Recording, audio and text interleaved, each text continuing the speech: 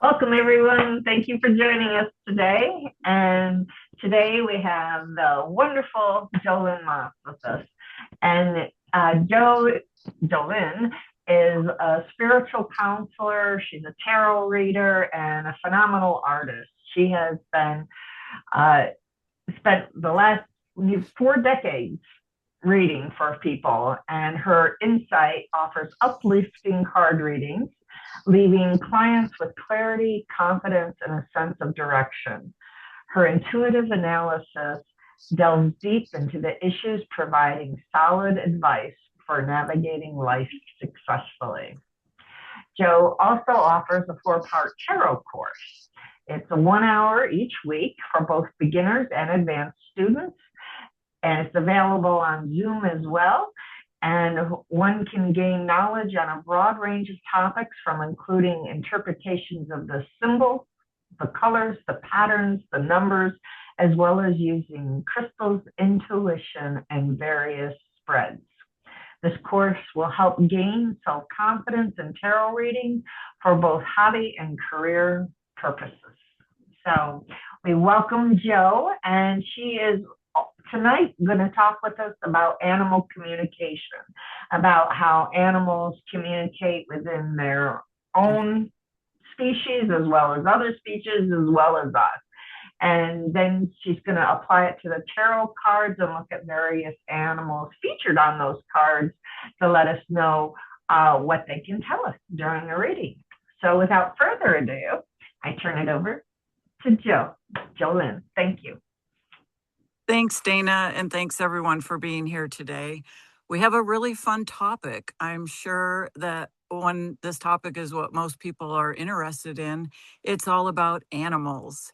Everyone likes at least some sort of animal, whether it's the popular puppies and dogs, or maybe you're a cat person. You might prefer a bit more of the exotic variety, like reptiles or maybe even insects. Or maybe you prefer to just observe animals out in nature while you're camping or hiking. Regardless, we all know that there's an underlying thread that connects it all, and that thread would be communication. I'll be breaking down this talk today into a few different categories. First, we'll look at how animals communicate within their own species. For example, how cats talk to each other, or how dogs let other dogs know of their intentions. Then we will look at how the various types of animals will communicate with animals completely unrelated to their own species, just like those cute animal videos that we see on social media where unlikely animals become best friends.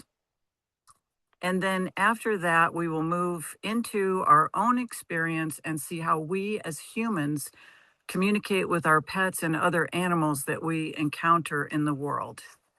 And last but not least, since I am a tarot card reader, we will explore the animals that show up in various tarot card decks, and we can dive deeper into how we can gain the most insights from communicating with the energy from the images of these animals. It doesn't have to be a real live animal for us to communicate. It can simply be a picture of an animal to understand the wisdom of that particular animal totem.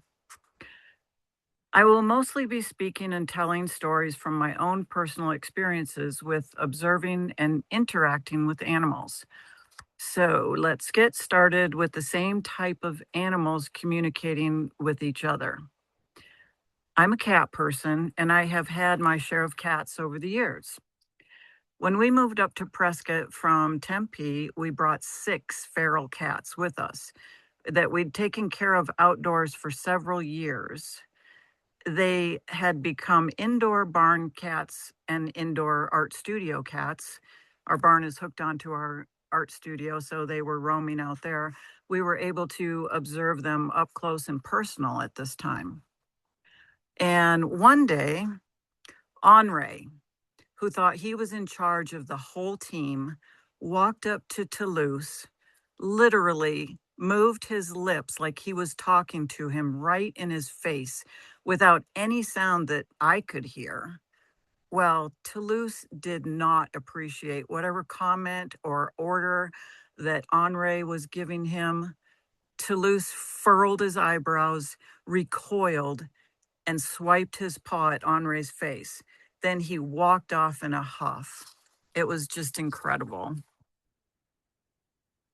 There was another time with these two particular cats before we moved up here. And this particular interesting interaction also involved me. I set their two dinner dishes outside the front door as usual in the evening. Henri was right there and he looked at the food.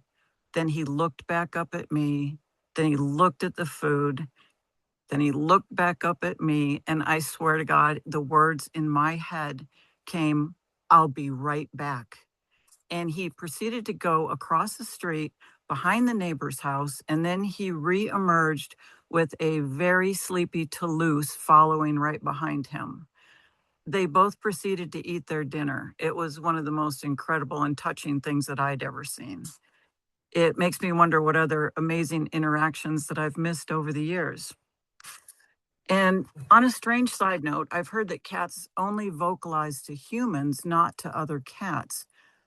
Apparently, they just move their lips when they talk to fellow cats, unless they're in a screeching fight or mating. And I think this is mostly true because over the 30 years that I've had cats, I've never once heard them vocalize to another cat, but they sure speak out loud to me when they want something. Dogs are another example. We've all seen dogs communicate with each other. The wagging tail, the tail down, growling, licking, staring. They are pretty straightforward with their communication. It's always fun to go to a dog park and watch the dogs interact with each other. Let's look at ants. Wow. Talk about a massive communication network. I've watched lots of documentaries on ants and have observed a lot of them in real life. They are so advanced, much like bees, who both serve a queen and in turn serves the well-being of the whole colony. Each individual creature knows its job, and it can only perform its job by intricate communication with the others in its community. Dolphins and whales communicate by using sounds such as clicks, whistles, and even complex sounds. These sounds can travel about 4 times faster in water than in air. They also communicate through physical touch and visible body language to express emotions and have social bonds. Their whistles are actually unique to each individual animal. The songs of humpback whales can last 20 minutes with very intricate sequences of moans, roars, and squeals. Horses. Horses use mostly silent cues with each other. Their ears can indicate a variety of emotions like curiosity, relaxation, or anger and aggression. Their tails can indicate a variety of emotions as well, and also their posture and legs send messages. If you really pay close attention, you can see other information projected by their facial expressions with their eyes and their mouths. My dad's horse used to move her head in a certain way to move my horse around. She would pin her ears back, big sweeping movement with her head, like, get out of here. And my horse knew not to argue. When horses actually do vocalize with a high-pitched whinny or neigh, they're calling out to their herd mates who they might have been separated from. A low, soft nicker is usually a friendly greeting, whereas a snort is a warning of danger or signaling some kind of situation coming up that they're uncomfortable with. And they also squeal when they're annoyed, defensive, or meeting a new horse. They also use touch and scent with each other. I could go on, but let's talk about birds. We all know that birds use their chirps and their songs and a wide variety of sounds and calls. They have very complex vocalization and can sometimes even sound 2 notes out simultaneously. I used to have a pet African starling for 24 years. And up until the end, I continued to hear new sounds from him that I'd never heard before. And there's another story about him. When he died, here's a picture. I did a painting of him. Let me show you that. That's my bird, Rothko. Beautiful African superb Spreo starling is his official name. And when he died, he was so mad always at my cat for annoying him. And within 24 hours of him dying, this bird, which is a Scots oriole, appeared at the window for, I don't know, maybe a half hour, going up and down all around the edge of the window, tapping, knocking. My cat that used to annoy him was right there going back at it with him for a long time. We had never, ever seen this bird before or since. That indicated to me that he was coming back to say, hey, you can't annoy me anymore. I'm free. I'm gone. And ravens are very masterful communicators too. They are considered one of the smartest animals on the planet. We have tons of ravens where we live, and it never fails to amaze me when I watch their interactions with each other. Again, they use a huge variety of sounds, and I swear they can see through walls. They know exactly when we've caught a rat in the barn, and they will devour it within seconds, even if we haven't seen them hanging around in days. We normally have a family of about 4 or 5 ravens, but a few times a year there's a family reunion where hundreds gather to hang out, and they start swirling in the air, and before you know it, all the others seem to appear through the ether, and they form what we've called a ravenado. And these ravens, you don't see them coming from a distance and flying in to join the team. You just see them appear, and I don't know where they're coming from. It's really incredible. So now we've looked at a few different species of animals and how they communicate with their own kind. And now let's talk about the unlikely friends in the animal kingdom. You've seen those absolutely heartwarming videos on TikTok and YouTube where pairs of animals are featured bonding with each other. Some of the most surprising pairs that I've seen are between a monkey and a pigeon, a sheep and an elephant, a tiger and a pig, and a baby hippopotamus and a tortoise. Many of these cute friends are in rescue or sanctuary environments, but they can often occur randomly in nature as well. Many of these friendships start off if an animal is orphaned and another animal has natural mothering and nurturing instincts. And they can also occur for teamwork reasons. One might have better vision and one might have more agility to find safety. They also enjoy play and companionship. I think the reason most of us really like to see these strange connections is that it makes us happy to see such kindness and care shown by these sweet creatures. It just makes us feel good. There's a story that I have about observing 2 totally different animals talking to each other. My neighbor's dog was gobbling up ants outdoors one day on the patio. And I said, "Oh, Henry, don't eat those poor creatures." After he had consumed about 4 or 5 ants, he saw one more that he wanted. Just as his nose approached that ant, the ant reared up on its hind legs. He made himself as big as an ant possibly can, with his teensy little legs just flailing. It stopped Henry in his tracks. I don't know exactly what the ant said to Henry, but Henry backed away and he seemed to say, "No problem, you can go free." That ant actually saved his own life by yelling at a dog.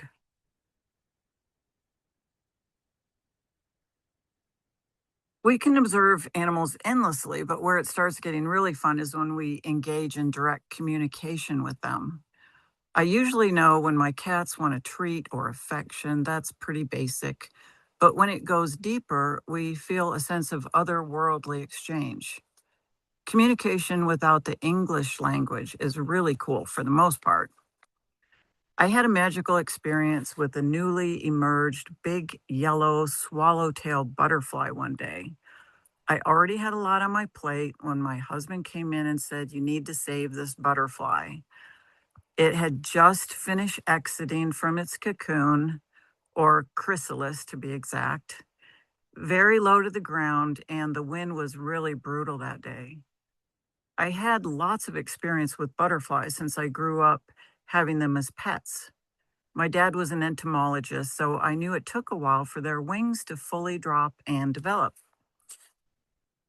After having this gorgeous butterfly indoors for several hours, clinging to my finger, I felt it was time to take him outside and let him fly for the first time. It did not want to let go of my finger, so after a bit of encouragement, he fluttered around very clumsily and then fell on the ground. I felt terrible. This happened several times, and we had to leave and go to town, so I made sure it was on a branch and he could take his own time practicing. After a few hours, he was in the same general area and seemed to be improving a little bit. The next morning, my husband and I were up on the upstairs deck having coffee, and I was wondering what had become of my sweet butterfly friend. Well, lo and behold, there he goes flying by about 20 feet away. I was so excited as I hollered out to him, "Butterfly!" I didn't have a name for him. I just said, "Hey, butterfly." He stopped mid flight, I kid you not, turned towards me and flew right over directly within inches of my face. Then he started doing several loop-de-loos and acrobatics to inform me that he was so proud of mastering those advanced flying techniques. My husband was a witness to this special communication, and he would never have believed me otherwise, I can guarantee that. And I wanted to show you a couple pictures of my little butterfly friend.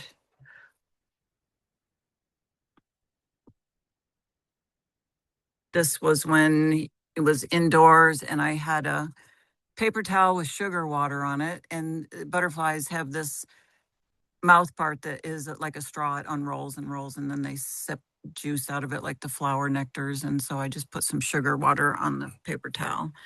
And then this was when he was clumsily flying around outdoors, trying to figure things out. And you can see just the sweetness of when you get it really up close, just they have such personality, the eye and the little mouth parts there, and just like they can talk right to you. So it's just adorable. Another story that's not as sweet as that one is the time that we were watching our TV in the evening. Our home is sunken underground and our windows look out at ground level. Our cat Belfry was making a big ruckus at the window, and I said, "Oh, look, a bobcat." I was kind of excited about that. And I immediately realized that it was not a bobcat, but it was a huge mountain lion looking at our cat like a little snack. I grabbed my phone camera, snapped some pictures while shaking with nerves, thinking one launch and he would be in our living room. And I've got a couple pictures of this magnificent creature. Here's Belfry. The cat is in the front at the window, and the mountain lion is looking in. He's thinking, most of the time the cat wasn't down. He was up like this, covering the whole window. I'm like, "You're not that big." And then the mountain lion was just lurking and looking in every window and getting a little angrier and more aggressive as the moments went by. You can see this was so close, he had flies all over his eyes. He, she, I'm not sure. But I realized his message to me, because they're all communicating with us, right? His message was, "I'm coming back to eat your alpacas tonight." He tried to let me know over the past several days with his big paw prints everywhere, close to the house, all over our driveway. But he must have felt like I didn't get the memo, so he had to come face to face. Anyhow, these animals do have their way of talking to us. Dr. Doolittle talked to animals, and so can we all if we just pay attention and practice. Some people even make a living doing this psychic communication with animals. We depend on them for love, companionship, emotional support, and they depend on us too. Sometimes things can go wrong if we don't read the cues correctly. You can get kicked, bit, scratched, attacked, or anything like that. So you really do have to pay attention. My husband has a shirt that says, "Be kind to animals." And the picture on it is a rat biting the hell out of a human hand. A snake is still a snake, so maybe some creatures are best to communicate with at a distance. Now, let's see how the animals in the tarot cards can communicate with us. We should begin by understanding some of the basic animal totems. I would recommend a book called Animal Speak by Ted Andrews. You can also get a 52 card oracle deck of animal medicine cards and study the traditional meanings of animals that way. This deck that I'm talking about is called Medicine Cards by Jamie Sams and David Carson. You can also Google the spiritual meanings of animals that show up for you often, and you might have your own experiences with particular animals and what they mean to you personally. There's no right or wrong interpretation, just allow your intuition to guide you.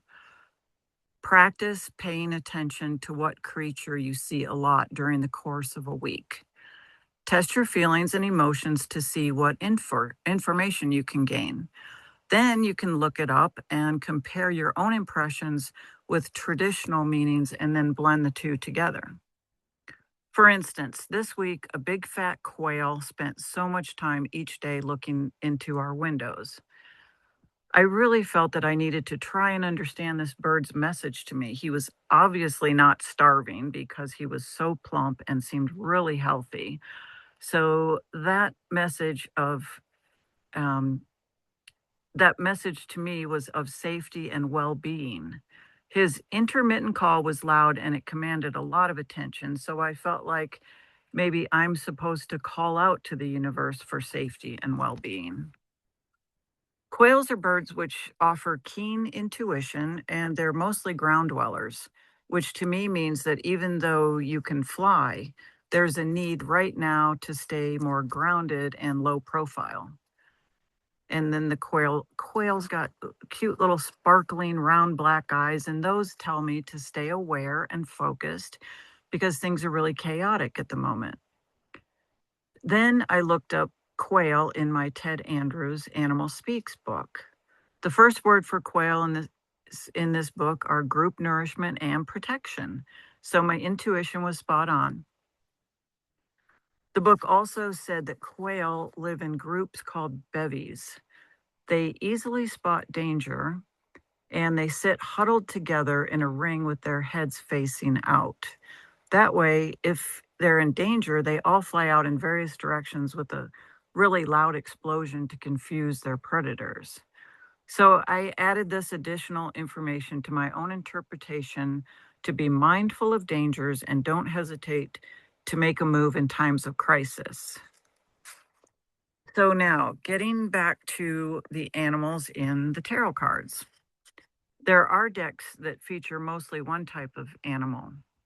For example, I have several cat tarot card decks, and let me see. Okay, here we go.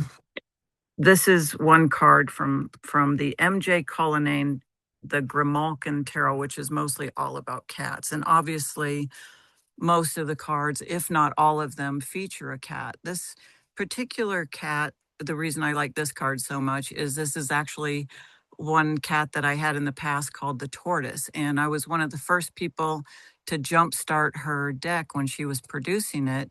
And if you were one of the first people, you could get your own, send in a picture of your cat, and she would draw a picture of it and feature it in there. So that was really special. And let's see.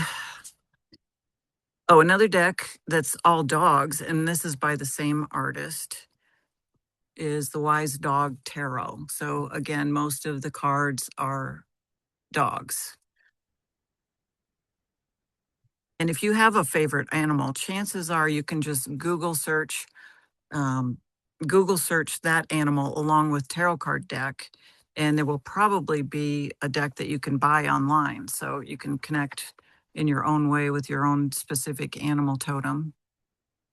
And you can tell I love this artist because this is yet another deck by her, and it's called Guardian of the Night. Really cool. There's a little bat hanging there, Guardian of the Night, MJ Cullinane. And the Guardian of the Night, it has a bunch of the more exotic kind of animals, the unusual ones. They are mostly nocturnal animals, not all of them, but it's a fascinating deck and brings us different variety of animals to communicate with other than the usual suspects. And here's a couple of my favorite cards from this deck. The creatures, we have an octopus, beautiful, very colorful. There's a lot of conversation that we could have with that octopus. And the other one here is called a death's head hawk moth, which, yes, it is a real moth in real life. And these moths are very rare and they have a skull on their back. They're really cool. And side note, the broken cups in this scene, as you can see some broken cups there, remind me to give you a word of advice, and that is never put a drinking glass in your washing machine with a load of laundry, which, yes, did happen to me this week. So don't do that. And there's also cups that remain upright with pretty little fireflies in them. And that also indicates that there always is a silver lining on troubles like that. And luckily, I took my phone out of the laundry basket, so my phone didn't get washed. I asked Google and AI what animal is featured the most in tarot card decks. My guess before I looked it up were dogs, horses, and birds. And what I found out is there is not really a single officially most featured animal across all tarot decks, and that part is true. I discovered that what it told me next is not true. It said that the most traditional deck, the Smith Rider deck, that dog and wolves are the most featured because of their instinct, loyalty, and inherently wild nature. They went on to say that a very close second is the horse. And also other animals show up a lot are lions, eagles, fish, and rams. Well, let me tell you that both myself and AI were wrong about dogs and wolves being the most featured. In fact, when looking through 5 of my random decks, including the famous Smith Waite tarot deck that they cited, I found that birds are by far the most frequently appearing animal, then horse, then dog. This is the Smith way. It used to be called a different name, but they did acknowledge the woman that drew all of the images in the deck, Pamela Smith Coleman, so they changed the name of the deck. Okay, then let's see. My research showed that this Smith Waite deck has 7 birds, 7 horses, and only 3 dogs. And then I have this yarn tarot deck, and it is for crocheters, knitters, spinners, and weavers. So it doesn't have a lot of animals in it. It's mostly for the fiber arts. It's a very cool deck. I got it at Joann's fabric store, ironically. But the yarn tarot has 4 birds, 6 horses, more horses than birds this time, but only 2 dogs. The Mystical Moments Tarot deck, another beautiful deck, has a whopping 20 birds, 2 horses, and only 1 dog. This other funky Garbage Pail Kids. Anybody remember the Garbage Pail Kids? Got a whole tarot deck of them. This deck has 4 birds, 3 horses, and only 1 dog. And finally, my favorite, the Cosmic Tarot card deck. I don't have the actual box. I keep them in this wooden box. But here's a good card that shows you an example of that one. The Empress. And the cosmic deck has 31 birds, 2 horses, and only 1 dog. I might be a little bit off on the numbers here and there, but as you can see, they're clearly bird heavy. And granted, lots of these cards feature super tiny birds, which are barely noticeable, but they're still meaningful. And I think that the reason that birds are so overlooked is that they're smaller, they're usually in the background, and they have a much lighter energy. They don't have as much gravity or heavy in your face energy as dogs or horses, so they aren't deemed as important. In fact, when they listed other frequently appearing animals, lions, eagles, fish, and rams, the eagle is a bird, but it's a big, heavy, dominating bird. Now, since birds appear so often in the tarot, I think it's really important to listen to their message when you see them. They indicate a need to use your intuition. They bring messages. They're lighthearted. They chirp for seemingly no reason.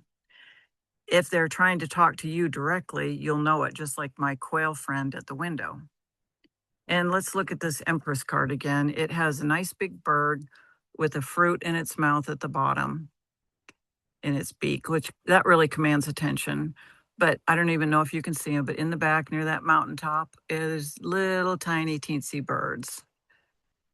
And if they were the first thing that you see, sometimes our eyes go to the very smallest things, and that's the first thing we see. And if that's the case, they would foretell a very different meaning than the other bird. So birds are very important animals in the tarot. The second most common animal is the horse, and they bring a deep grounding energy. They bring freedom, endurance, power, and responsibility. And then dogs, like we said earlier, are loving, loyal, and playful. And if they're featured more as wolves, they bring a wilder element to the scene. In order to communicate with the animals that stand out for you when you're using a tarot deck or giving someone a reading, the main thing is to use your first impression to see how you feel when you look at it. Also, open your mind to any channeled messages coming through. Then you can go deeper by observing the stance of the animal, its position in relation to other characters in the scene. And for example, I have this Two of Cups from the Guardian of the Night. Here it is over here. The Night Guardians Tarot. And these are 2 lovely elephants. You use your first impression and see how you feel. And my first impression with this is playfulness, kindness, but with a higher purpose. And I also see that there's 2 elephants and they're facing each other instead of looking at me. And any channeled messages would have to be personal to the observer, and they might even change each time that you're looking at this card. And then I would look at the facial features. What emotions are coming through? What are they presenting? There's a nice kindness in the eyes. There's no fear or defensiveness. They're spraying water onto each other's cups, which are carefully balanced on their heads, if you can see that. I don't know if it's in focus or not, hopefully.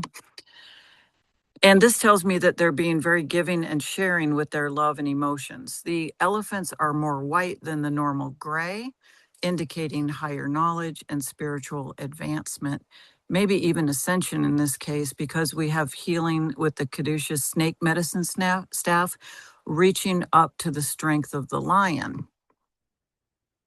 We can then communicate directly with the snakes and the lion. The snakes tell us that it's okay to shed the old you and become the new you. They show rebirth and growth. The lion usually resides on the ground, but here he is up in the air, flying with huge wings. This could mean seeing things from a higher vision or a new perspective. And then I wanted to show you this other card in comparison, and it is the 6 of Cups, and it also has 2 elephants. Even though they're still looking at each other, get it focused here. Even though they're still looking at each other, they're in much different positions, so the meaning changes. One is kneeling, showing subservience and receptivity, and the other is in a position of helping and giving. Their color is more brown, indicating a grounding, earthier energy rather than the higher spiritual energy of the other white ones. And there's also in the background 3 dark elephants. They've got patterns on them, and they show ancestry and ancient wisdom. You can go really deep with that, but there's so much information in those cards. But just the 2 side by side, very similar images, but 2 totally different meanings that come through. There's so much information we can glean from these cards. And let's look carefully at another card so you can see what I mean about communicating with the images of the animals in the tarot. This 4 of Pentacles shows a fox, and it's along with some rabbits and, of course, birds. And if you look closely, there's what could be seen as fireflies in the background. When this card appears, even though the fox is the biggest, most dominant creature, your eye might immediately become fixated on that rabbit standing up in the back. If that's the case, pay attention and listen to the message of that rabbit. He's much older and wiser than these other little bunnies in the front. So he gives a completely different version of the story than the bunnies would. And if you use your intuition and blend it with the traditional meanings of the animal totems to receive the information, you can really get a lot of information come through. And I'm going to show you one final card that I have here. This is the 10 of Cups. If you really want to go crazy and torture yourself, you can look at all of the animals in here, and there are so many. There's bunnies, foxes, raccoons, bats, wolves, deer, owls, bats, all sorts of things, fireflies. So you can get really deep with the meanings on all those things, which gets really fun. Well, I'm about all talked out for tonight, so I'll wrap this up. And we've talked about how animals communicate with each other, animals interacting with different species, humans connecting with animals, both good and daunting. And finally, we looked at communicating with animals in the tarot deck. So I hope you've come away with a new curiosity and excitement to continue and practice your own communication with animals. And I'm sure many of you have your own stories to share. I think we might have some extra time if anybody has a cool animal communication story. And I'm also open to questions. Thanks so much for attending today, and I'll turn it back over to Dana.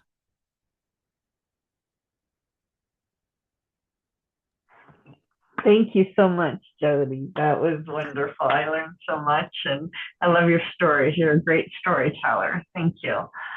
So, and Carol agrees. There's many of us, right? Are there any questions? Anybody have any questions or want to share a story or?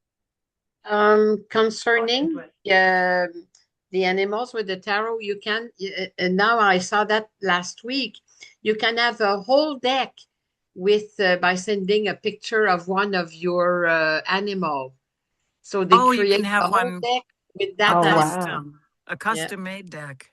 Yeah, It's yeah, amazing. yeah, Cool. yeah, yeah. That's fun. Wow, that's cool. Mm-hmm. Linda, you had your hand up too. About, well, maybe 15 years ago, we lived in Phoenix, and we lived on a lake, and around the lake, there was like a walkway. So every night we used to walk around the lake, and there were probably 3 or 4 different communities that shared that lake. There were ducks, and I'm always naming things like that. So my husband and we isolated this couple. They were mallards, but we assumed they were a couple. They were always together. We called them Rupert and Griselda. And we would talk to them, every time we would walk around, and we would just talk, and they didn't really communicate back with us, but they obviously knew us, because one day I walked out my front door, and we lived about the equivalent of 2 blocks from the lake. So I walked out my front door and I looked over behind a bush, and there's a nest with what we think was Griselda just kind of laying on her, or I guess mothering her eggs, or warming her eggs. This was Phoenix, so it was obviously already warm. And I felt so honored, because obviously she must have known that we were trustworthy, because there were so many other options that she had as far as places where she could have laid those eggs. And she trusted us. And as I said, we were like 2 blocks away, and the lake actually was gated. So she must have walked through the gate and just settled herself outside of our front door. And then one day she was gone, and she took her babies. We didn't see it. We wish we could have, but she took the babies to the lake. And when we walked around, we could see her and her little babies. I don't remember how many there were, but it was quite an honor to be so trusted by these That is guys. so special. So yeah, What a Adorable. cool story. yeah, it is a cool story.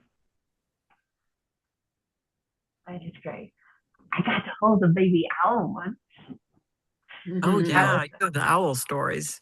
Yeah, that was just absolutely amazing. We've had falcons and then our hawks and then owls in our grove. And the second year the owls were here, they kicked out the hawks. Um, they all had like 2 or 3 babies, and one got born a few days later than the other ones. And of course, the other ones were ready to fly before this little one was. And I believe the mother helped him out of the nest, and he was between a bush, one of those prickly holly bushes, and the fence. And he was doing his wings, and they were all caught up. And I was just thinking, oh my gosh, they're getting torn to pieces. And so I went over and I put a hand on his chest and a hand on his back and lifted him out of the bushes, all the while going, please don't bite me, please don't bite me, please don't bite me. And he relaxed, and I combed out his feathers and made him right. And he got all in his little clutch. And I just held him like this. And oh my gosh, we just melted. It was the most phenomenal thing in the world. And then I hear as clear as day, louder than what I'm speaking, put him down. Like, and I look up, and the mama's sitting there with her other babies, and I'm like, yes, mama. And so I went over and put him on the limb of the tree that he fell out of, I think with help. And we sat there and stared at each other. He would go in and out of sleep like owls do. And he'd wake up and just look at me and like, hi. And I believe he is the owl that keeps coming by at night and talking to me when I'm out with Mim, letting her go out potty before bed and stuff. And he's always like, and I'm know like, it is. and it was so amazing. I have hundreds of photos, of course, but Mhm. That's so Nice. cool. Nice. did you have some questions you wanted to ask, Joe, Linda?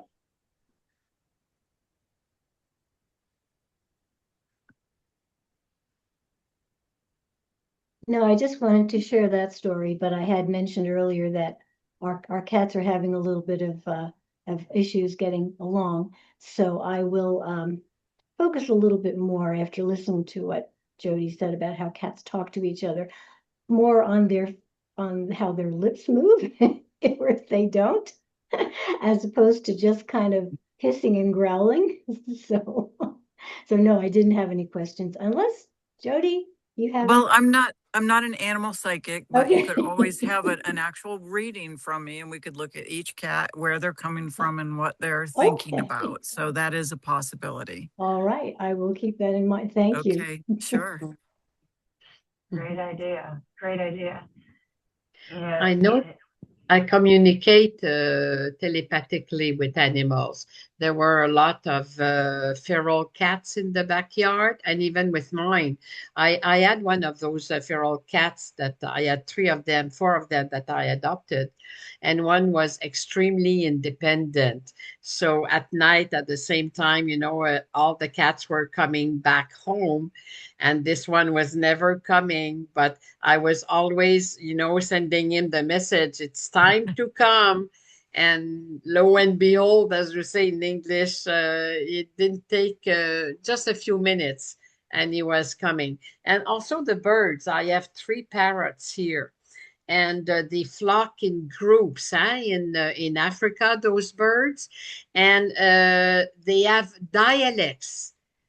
What a group of birds speak is not necessarily exactly the same language as the same breed speak in another part of the country. This is fascinating. Yeah. That is. Yeah. Wow. Yeah. That's really cool. Mm-hmm. All the different mating songs are phenomenal too. Mm-hmm.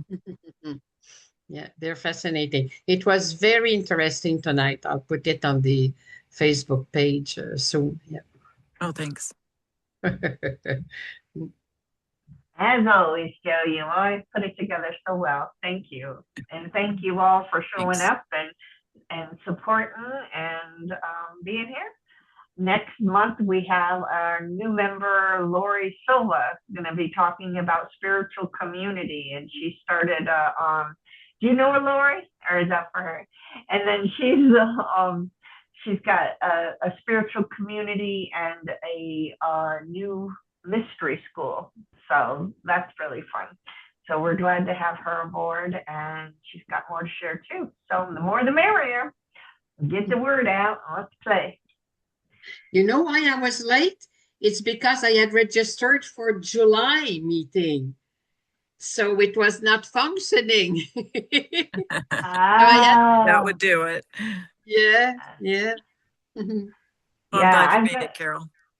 I'm glad you did too. I'm glad you did too. Well, thank you, Joe, and we Sure. so appreciate you and all that you bring and all that you are. And thank you, everybody.